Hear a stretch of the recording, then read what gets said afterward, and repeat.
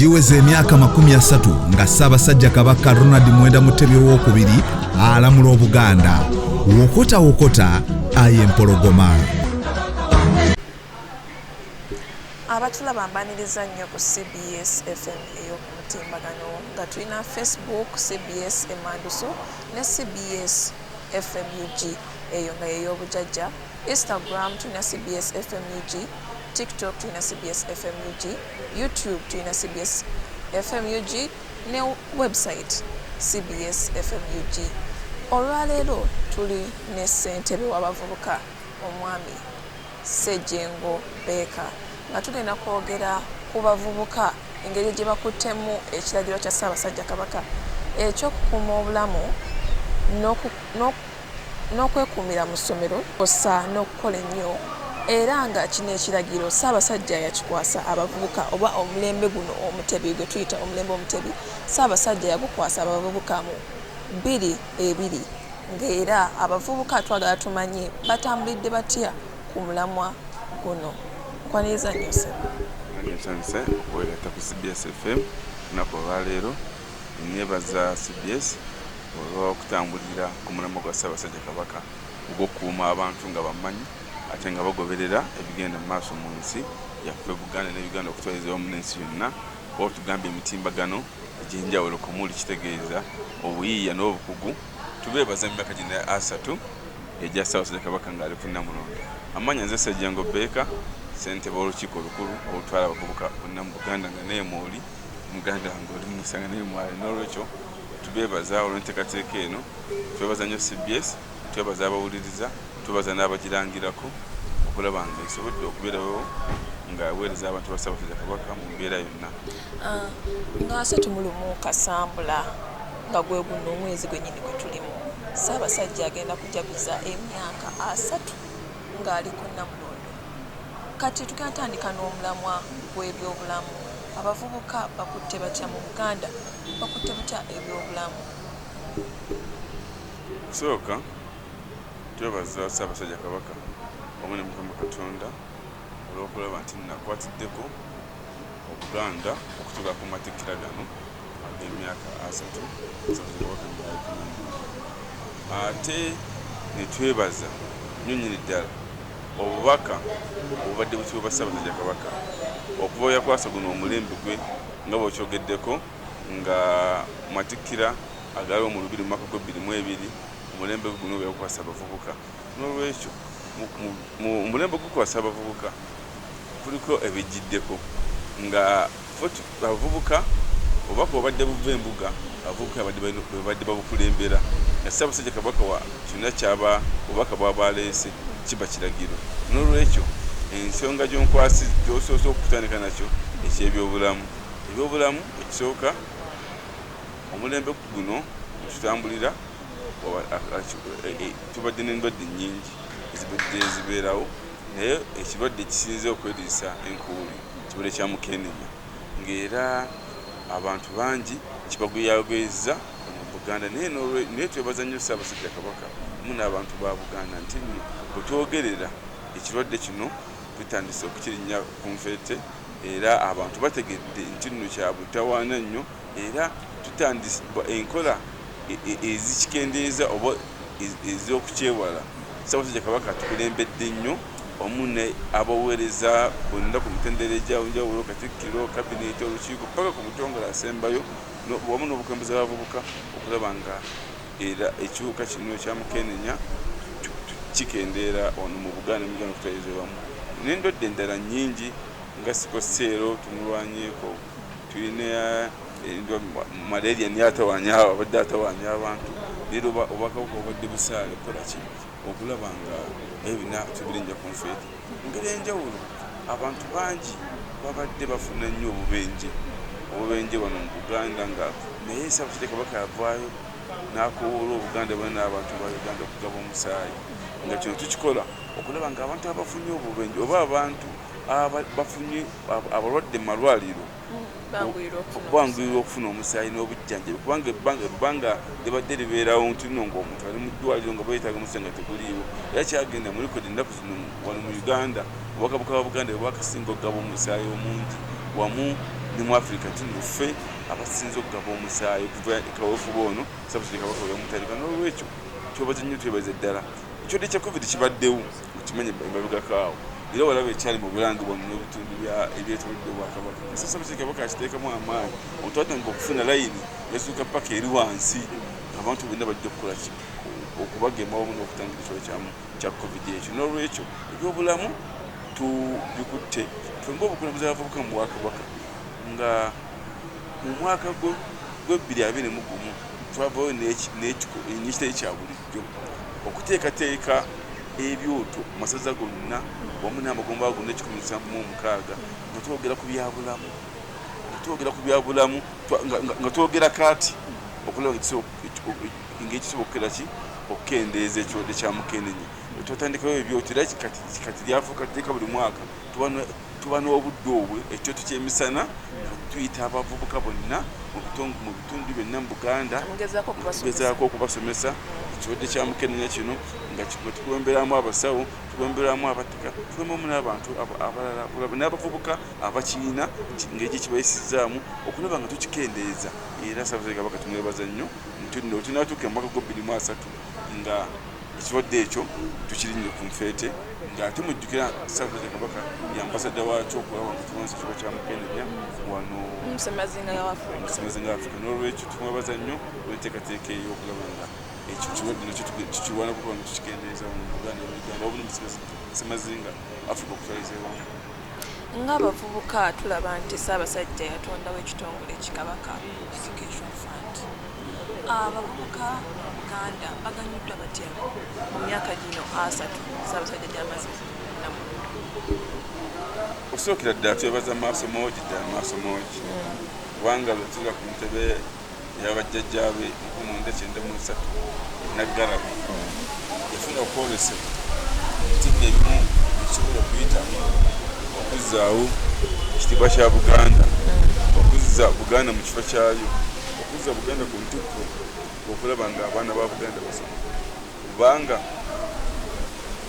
buno obudde bwe twogerera ensisi n'abantu baweredde abantu ate mujjukire wano mu Buganda tuzze tufuna ebizibu bingi entalo zibadde zeetoolera bano ebyobufuzi bonna ne bwetoolera bano akatobagira akaali 1966 paka embeera eggwanga lyatereeramu awo kati Buganda yakosebwa nnyo Ssaabasajja Kabaka oyatuula ku nnamundi y'abajjajjaabe yalaba nti nno ebimu ku byasobola okukola okuzzaawo amaanyi ga Buganda okulaba nga abantu ba Buganda ne Uganda bajjumbira ebyenjigiriza n'ateerawo ekitongole kya Kabaka Education Fund ekisooka Ssaabasajja Kabaka awadde abavubuka mu Buganda basale okusoma amatendekero ge ekyokubiri ng'oggyeko amatendekero ge getumanyi obulungi ate amatendekero g'Abannayuganda naye agenzeeyo. Mbadde nsaba otumenyereko ku matendekero ag'enjawulo Ssaabasajja Kabaka mwatadde enkola eno. Tuyanzeege amatendekero ago okusookera ddala Buganda Royal Institute abaana bangi bali ku Buganda Royal Institute nga bali ku mutendera ku basali Ssaabasajja Kabaka nga baweerera. Tulina Mutesa Royal University naye bwe gitunulira abaana ba Ssaabasajja Kabaka baweeredde era abantu bangi bakyaweerera ate nga bagitandika nekyatandikawo nga bakagitandika yagenda mu budisitulikiti za Buganda yonna nga budisitulikiti awaayo abaana babiri okulaba nga bakola ki basoma ekyo nakyo kijja kukola ki kijja kujjukibwa mu byafaayo. Tulina musomo ga secondary ne primary tulina Nabagaka Primary School tulina Lubiri High School tulina ne Lubiri High Buloba Campus awo gonna matendekero ga Ssaabasajja Kabaka ntunno gatandikiddwa mu Bugubi naye ati olaba mu Uganda ne mu Buganda g'amaanyi gasomesezza abaana baffe ate gatombodde ebyenjigiriza. Tulina Vacation Institute ng'Ebbowa okulaba ng'ekola ki naye eyamba abavubuka baffe ababa bavudde misomo nga bamaliriza okusoma ku mutendera ogumu ne ne bagenda basoma ebyemikono ngene ku Buganda leo bwokola ki bwokiraba tulina amatendekero amala mangi ng'ogyeko agafuga enkonyeko agakuze eki agavuddeyo busibagamya ninga malayo kwawe ngeri wendisente ababuka mbwakabuke namenyeko lino baje gafe ngo tukoze eki tetukonye kubanga maki manja ati tutambula nago mu bwezo bwaki obwenjawulo n'olwekyo guna tugebaza kubanga ogenda mu secondary tuweza dda amatendekero agawera ddala mangi mutasha institution mangi ne primary mangi gonna n'abo abakyaleeta okulaba ku nga tukwatuzako obwakabaka nga tuli wansi wa Kabaka Education Fund tubebaza yasabusika Kabaka tumwebaza nti nno kati buno ekisooka abaana abasomi si ba bulijjo bafunye emirimu ate abafunye emirimu abasinga ate bakomyewo eka okuweereza obwaki obwakabaka mu bitongole byaki ebyenjawulo ngenda okwogerako mu maaso awo n'olwekisabusajja Kabaka tumwebaza kusosobaza ebyenjigiriza era tusuubira ate ng'oggyeko n'ekyo Ssaabasajja Kabaka alina famire ezabadde atambula mu Buganda nagisanga nagitagamba abaana be bati mbaweeredde abaana abo mujje ogendako ogenda kufa abagoberera ennyo Ssaabasajja Kabaka akoledde ddala mu bintu byenjigiriza famire zosanga nga kugamba zaweeredde nga zibadde bubi nnyo kati nga bafunye abantu nga bamaanyi muki mu famire nga maanyi ga Ssaabasajja Kabaka abamu n'abo abakulembeze abamuyamba kukola ki okutuukiriza obuvunaanyizibwa buno n'olwekyo ebyenjigiriza Ssaabasajja Kabaka abikozeeko bulungi era nekyo kyakwenyumirizaamu mu myaka 3 gino nga bwe Namulonde. Bw'oyogera ku bitongole ebitondeddwawo mu Bwakabaka omutendera omulala ogwokusatu Ssaabasajja Kabaka gwasiirwa akuutira abavubuka kwe kukola ennyo. Badde nsaba onokoleyo ebitongole ebyo Ssaabasajja Kabaka byatonzeewo okulaba nga abavubuka ab'enjawulo bafunye emirimu ate ne basobola okweyagala. Nze neyanzeege kikyokera dda nze kama koogera nze omu kubaganyiddwa mu bitongole bya Ssaabasajja Kabaka namala okusoma naye nagye nali nkolera eyo Ssaabasajja Kabaka ng'ayita mu baweereza be nampita nenyinga ekitongole kya Buganda Land Board otuuka mu Buganda Land Board okuva ku Senkulu paka kwasembayo bonna abasinga babadde bannankubaza mbogo kitegeeza nti guno omulembe gwe gonna Ssaabasajja Kabaka ngawe yakwasa abavubuka abaweereza bonna abavubuka ate abaweereza abo bonna abavubuka nabo balina zifamire zaabwe gye bava balina bakadde obafuna ekigo Amagala Eddiba nabo baddeyo ne bakola ki ne bakyusa obulamu bwabwe ne baddiza n'abantu ba Buganda kubanga era olaba bano abaweereza abali mu Bwakabaka bosanga mu kyaki nga bebakulembeze bosanga mu bitundu byaffe nga bebakulembeze n'olwekyo emu ku bitongole Buganda Land Board ekyokubi CBS FM ati ogenda ku CBS FM buno budde erina ebitongole bingi ekyatandisiwo ne NGO erina ng'erina 89.2 ey'omulembe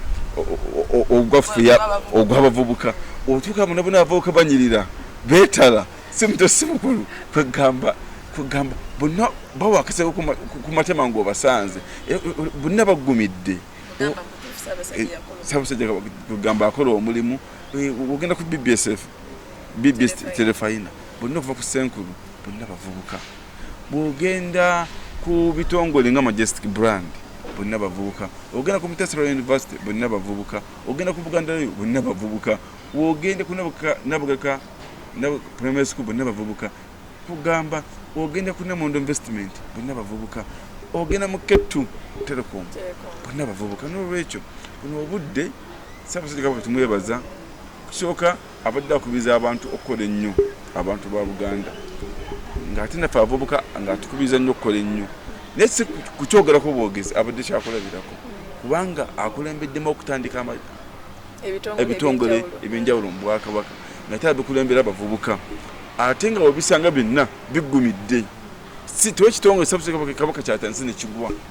buli saa kiba kikola ki kyengera bweyongezi ate n'ebitongole nabyo ne bizaala ebitongole mu bitongole nayo njogedde ku CBS FM obadde oyanjula programu eyo gye tubaddeko oyogedde ku digito tukatufundika CBS yase ne digito mbadde mu digito studio ng'abaweza bonna bavubuka bonna bangi ng'ate bonna basanyufu kagamba n'olwekyo Ssaabasajja Kabaka tumwebaza ate netwebaza n'abaweereza be basenkulu b'ebitongole bonna Ssaabasajja Kabaka baatuwa ba heads of department bonna paka ku mutendera gwa wansi Ssaabasajja Kabaka de amaaso mogi kino bonna abantu baagala obwakabaka bwabwe bonna bakola kye bakola bakyagala n'olwekyo abantu ba Buganda bonna tubakubiriza okujjumbira